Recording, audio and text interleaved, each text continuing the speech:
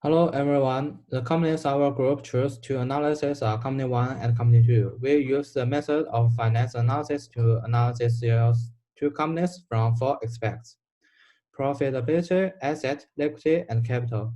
Our group consists of three people. I'm Weixia. I'm doing first two parts. Zheng Yang Li is doing third part.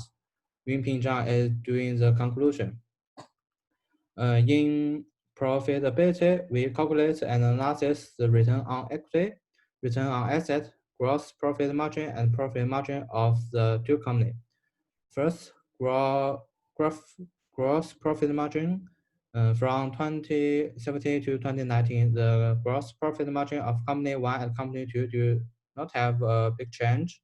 It means the cost of goods price do not have decreased, and the price of goods respecting of the company still have risk. Second, return on assets during 2017 to 2019, Company 1 and Company 2 data is gradually rising. Profitability will also rise, and the company's overall performance and both sales and profit will increase. Third, return on equity from 2017 to 2019, return on equity has been on an upward trend, which respects that the companies has brought higher return to shareholders during the 3 years period. Third, assets. We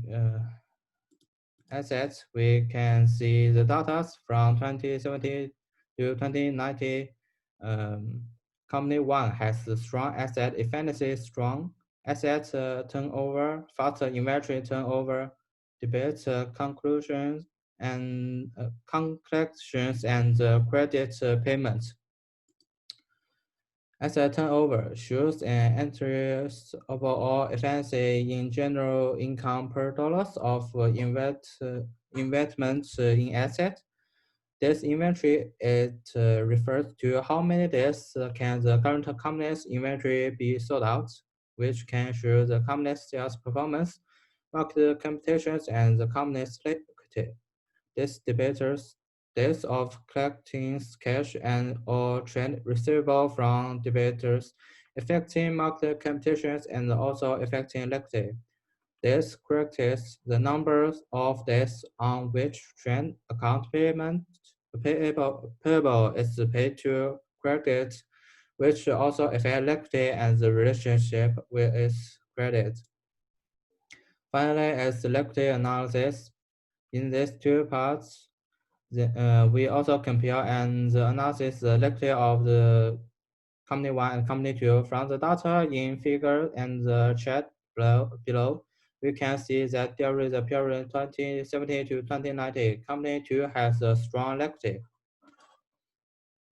Finally, as the capital structure analysis, we also conducted a comparative analysis of the capital of the two companies. From the data in figure, it can be seen that the debt to equity ratios of the two companies have been declined during 2017 to 2019, but their interest coverage ratios has been increased. That's all.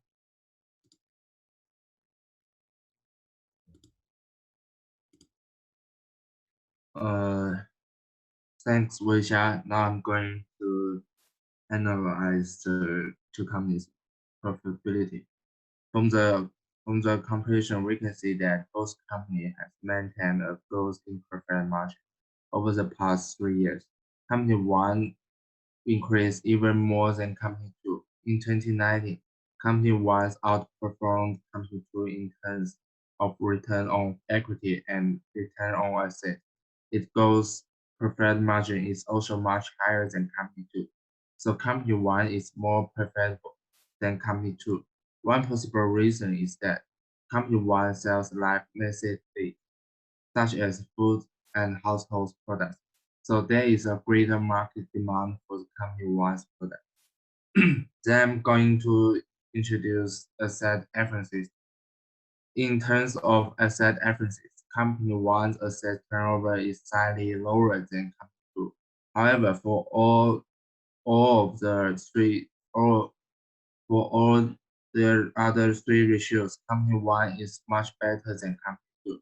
More specifically, it sells inventory more quickly, collect receivable more quickly, and also pay bills more quickly than company two. One possible reason is that completion of company one's product is much more frequent than that of company two. For example, we need food every day, but we only need to buy a laptop once a year or even longer. Then it's liquidity. When it comes to liquidity, company two outperformed company one over the past 3 years with a higher current ratio and quick ratio.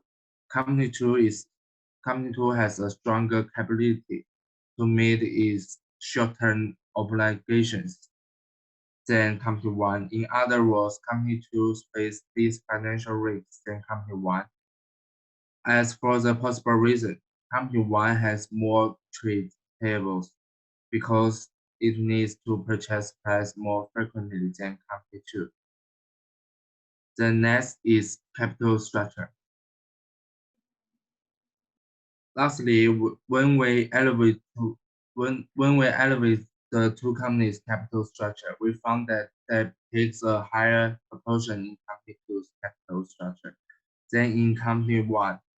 But we also found that company two has a stronger capability to repay debt interest because of a higher interest carryable ratio. Company two needs more debt financing, maybe because its pile of product is more expensive than company one. That's all. Thank you. So let me go to the conclusion. By comparing company one and two's various financial ratios in profitability, efficiency, liquidity, and capital structure, it is acknowledged that company one should be better than company two in profitability and efficiency, while company two should be better than company one in lower liquidity risk and lower financial risk from capital structure arrangements. Yet, company one's liquidity risk and financial risk should be still at an acceptable level without too much risk. And as a listed company, it is believed that company one should have many alternatives to deal with the liquidity risk and optimize its capital structure to lower the financial risk, like circulating the new share for liquidity financing to pay back its undue borrowing, or roll over its current debit with new non-current debits. From the aspect of investor, I think the company profitability and efficiency should be put a higher rank when doing the investment decision, as long as the liquidity risks and financial risks are too high to treat the company's sustainable development. Because of that, I recommend company one as a better investment choice over the company two. That's all. Thank you all.